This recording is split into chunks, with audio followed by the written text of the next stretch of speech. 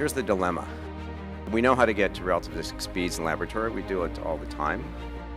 And then we go to the macroscopic level where things like aircraft, cars, spacecraft, we're pathetically slow.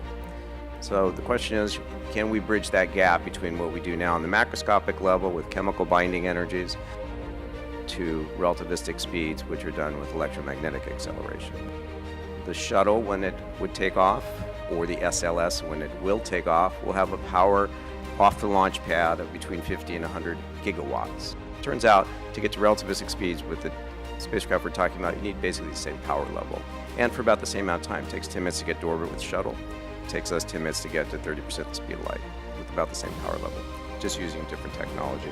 We could propel a 100-kilogram robotic craft to Mars in a few days. If you want to push something like shuttle class, it takes you roughly a month to get there.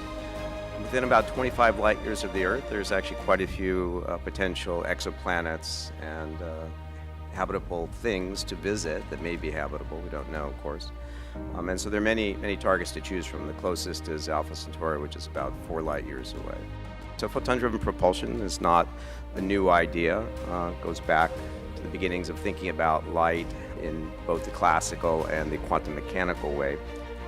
There are recent advances which take this from science fiction to science reality. There is no known reason why we cannot do this.